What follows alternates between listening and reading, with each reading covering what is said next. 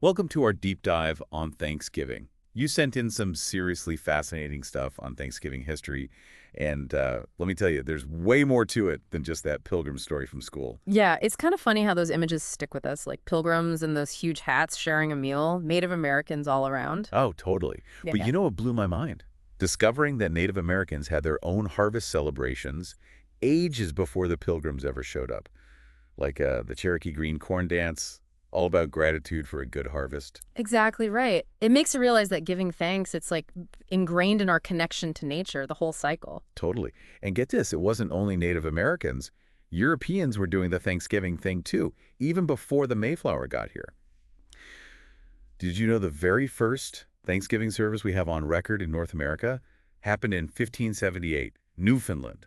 That's like over 40 years before the Pilgrims. Yeah, it's wild, way before 1620. Seems like the whole idea was already floating around. It really does. Yeah, and it pops up again and again in the early colonies. The Popham Colony in Maine, they had a Thanksgiving service in 1607, same year Jamestown gets founded, actually. But what I find really interesting, the Berkeley Hundred settlers down in Virginia, they tried to make Thanksgiving an annual thing in 1619, like official holiday. That's really interesting. But I'm guessing it didn't exactly catch on. Sadly, no. An uprising, the Powhatan Confederacy, just a year later kind of put a stop to their plans. Which, I mean, it highlights that tension, colonists and Native Americans, right from the beginning. Adds a whole layer to Thanksgiving we don't always think about. Yeah, it's not just pilgrims being grateful and sharing a meal. It's cultures meeting conflict, different ways of life clashing. Exactly. Now, that doesn't mean the Pilgrim story isn't important. It is. It's just like one piece of a much bigger picture. Okay, so let's talk about that famous 1621 feast. We've all seen the paintings, heard the stories. But I'm starting to think maybe we've gotten kind of a sanitized version over the years. Oh, definitely right about that. See, we often picture 1621 as a super solemn religious occasion. But the Pilgrims, Puritans, right? They weren't big on huge religious displays, actually. Huh. I never thought of it that way. So was their Thanksgiving more like a secular thing then? Honestly, more like a 3-day party, tons of food, games, even some alcohol. Not exactly how we usually picture it. Wow. That definitely changes my picture of that first Thanksgiving. But there was another one, right? 1623, the one that's supposedly more like what we do now. Yeah, exactly right. And this one is really interesting because it seems like a shift from just celebrating to something deeper religiously. So the colony's going through this bad drought. They declare a day of fasting and prayer. A few days later, rain. Talk about good timing. Like their prayers got answered I almost. know, right? And to top it off, a ship arrives. Supplies they needed, good news from back home. They saw it as a sign, God's favor. So they hold a Thanksgiving to show their gratitude. And this is key. It mixes the celebrating with serious religious meaning, sets the stage for future Thanksgivings. It's like 1623 laid the groundwork, even if it took a while to become national, like it is now. That's a great point, because after these early ones, it stayed spotty, local, here and there for over 150 years. It's not till the late 1700s that we get this push for a national Thanksgiving. So how do we go from those scattered celebrations to the Thanksgiving we know today? Well, that's where Elias Boudinot comes in. 1789, he proposes we have a Thanksgiving, the whole nation, to celebrate the Constitution. Now it's linked to patriotism, national identity. So it's not just the harvest anymore, it's being thankful for, like, the foundation of the country itself. Exactly. And George Washington, he seemed on board. He issues a proclamation, National Day of Thanksgiving, November 26th that year. Incredible. Right from the start, a president's backing this idea. We did. Didn't automatically become annual, though. The next few presidents, they were kind of inconsistent. Some did it, some didn't. Thomas Jefferson, he actually opposed a national Thanksgiving. Wasn't Jefferson all about religious freedom? Maybe he saw national Thanksgiving as too close to the government telling people what religion to follow. Exactly. He thought the government shouldn't be dictating religious stuff. But even though Thanksgiving hit some snags early on, the idea didn't vanish. And this is where Sarah Josepha Hale enters the picture, right? I've heard she was like the driving force for Thanksgiving. She was a powerhouse. For over 30 years, she used her position, editor of Godey's Ladies book, to push for a national Thanksgiving. Stories, recipes, tons of letters to important people. She kept the idea alive. She sounds like she truly believed in the power of Thanksgiving. And it's fascinating. She wasn't just pushing a holiday. She was shaping how we see ourselves as a nation. That's a brilliant observation. And her dedication, it paid off. 1863, middle of the Civil War, Lincoln makes a proclamation. Thanksgiving is a national holiday, last Thursday in November. Makes you wonder if Lincoln knew about Hale's work all those years. Must have been incredible for her to see it finally happen. Hard to say for sure how much influence she had, but it's clear her pushing for it created this atmosphere where a national Thanksgiving just made sense. And Lincoln's proclamation, it wasn't just about giving thanks, it was about unity in a super divided time. Thanksgiving, from the very beginning, has been tied up in gratitude, national identity, even politics, it seems. Absolutely right. And even though Lincoln's proclamation made it official, there were still a few bumps along the way. Oh, you have to tell me about those. Well, here's a little-known Thanksgiving episode. Late 1930s, FDR, he tries to move Thanksgiving to the third Thursday in November. Thought it'd help boost sales during the Depression. Wait, so even Thanksgiving got caught up in the Depression? That's wild. Yeah, right. And get this. People were not happy. They felt like FDR was messing with tradition. Plus, it messed up the football schedule. Okay, that I can see causing problems. Tradition and football, not to be messed with. So what happened? Did he get his way? He did, for a couple years. But people pushed back hard. Finally, 1941, Congress steps in, passes a resolution. Fourth Thursday in November, permanently. And that's where we are today. It's amazing to think that something as, well, simple as when Thanksgiving has this whole history of debate, controversy, but I guess that's what makes it interesting. It's a holiday that reflects how complex America is, its history, culture, all of it. You said it. So when we sit down at our tables this Thanksgiving, we're not just taking part in a tradition, but in a story, one that goes back centuries across cultures with its roots in the land itself. That's beautiful how you put it. From those old harvest rituals to presidents making proclamations, even football drama. Thanksgiving is like a tapestry made from gratitude, faith, community, and who we are as a nation.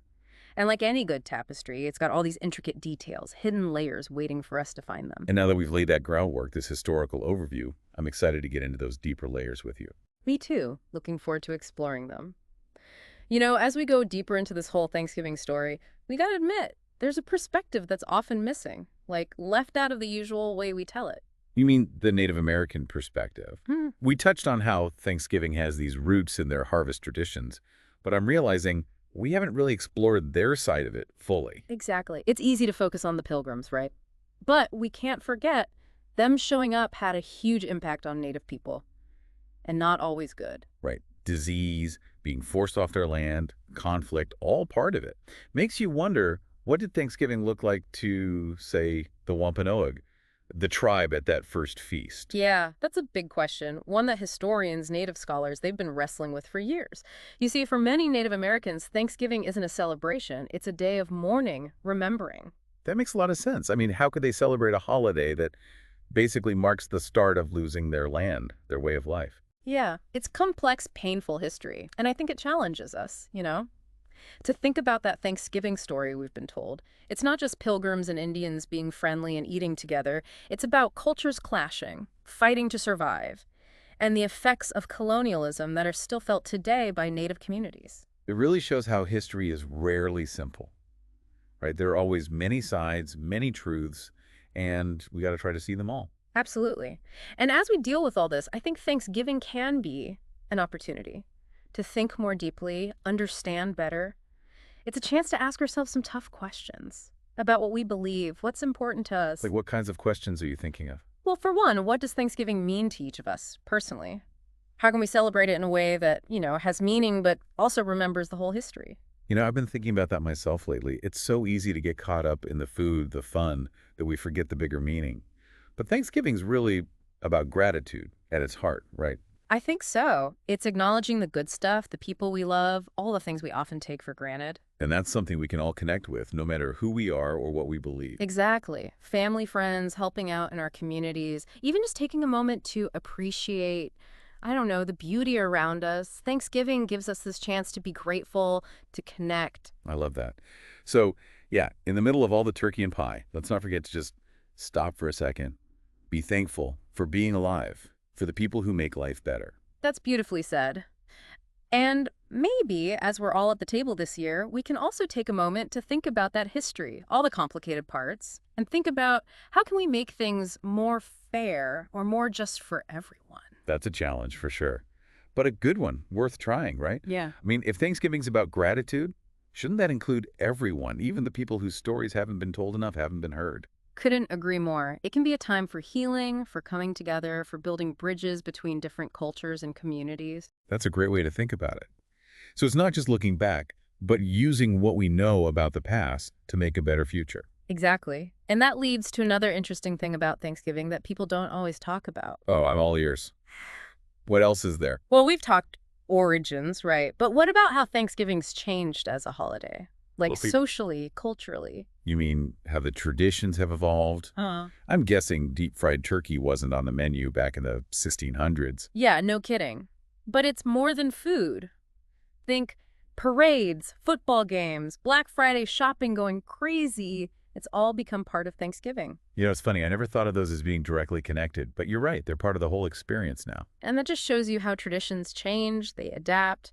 Thanksgiving has always been reinventing itself, taking on new stuff, reflecting how society changes, what we value. I find that so interesting. It means Thanksgiving isn't just stuck in the past, it's alive, changing right along with us. Exactly. Makes you think, what will it be like 50 years from now? 100? What new traditions will we have? How will it keep adapting as the world keeps changing around us? Great questions. I guess only time will tell. Yes. But one thing's for sure, Thanksgiving has this way of bringing us together, even with all the complicated stuff, the things we might disagree on. Yeah, I think that's because at the core, it's tapping into something we all need as humans. Connection, community, sharing food, sharing our stories with the people we care about. And that'll always be important no matter how much the world changes. Absolutely. Sitting down together to eat, that goes beyond cultures, beyond time. It's been done for ages, everywhere. Like a universal language, you know? Love. Love and gratitude. Beautifully put. And Thanksgiving, in its own way, is speaking that language. It's saying, hey, even with our differences, we're all connected. We're all human. That's a powerful message, especially these days. It is. So as we finish this part of our deep dive, I think it's worth remembering Thanksgiving's not just a holiday. It's a reflection of who we are as individuals, as a whole society. And maybe that's why, even with all the debate, the different opinions, it still means so much to so many Americans. It's our shared history, good and bad. A chance to come together, be grateful, and look ahead with hope. You've summed it up beautifully. Thanksgiving's like that tapestry made from history, culture, faith, family. And we're still weaving it, every generation adding its own threads to the design. I love that image. And it makes me think maybe the most important part isn't the exact traditions or the historical details, but that feeling, that spirit of being thankful and being together. I think you're absolutely right. That's what makes it truly special. Well, on that note, I think it's time to move on to the final part of our Thanksgiving deep dive. I'm ready when you are. You know, going through all this, it really hits you how Thanksgiving brings people together, even with all the, well, the complicated parts, the things we might even disagree on. It is remarkable, right? How just sharing a meal can connect people like that. Different backgrounds, different generations, it doesn't matter. Like a universal language almost. Speaking to that human need to connect. Exactly. And Thanksgiving, it does that in its own way. That wanting to be together, share food, share stories, make those memories that stick with you. And even if what we eat, how we celebrate, it's different for every family, every culture. There's something about Thanksgiving that just feels timeless. It brings us together. Absolutely. That's probably why, even with all the debate, the different opinions about it, Thanksgiving still means so much to so many people here in America. It reminds us we have this shared history, good and bad, and it's a chance to come together, to be grateful, and to look ahead, hopefully. So as we wrap up our Thanksgiving deep dive here, I want to thank you for joining us on this whole journey. We looked at where it started, learned some surprising stuff, really thought about its past, all the different sides of it. And hopefully it's given you a better understanding of Thanksgiving, a new appreciation for gratitude, for community, for taking time to reflect. And now, as you're gathering with your loved ones this Thanksgiving, we'll leave you with one last thing to think about. Knowing all this history, all the different layers, what parts of it speak to you the most today? Keep exploring. Maybe share your own family traditions, your stories. Keep learning, keep growing as we all celebrate this unique American holiday. Happy Thanksgiving.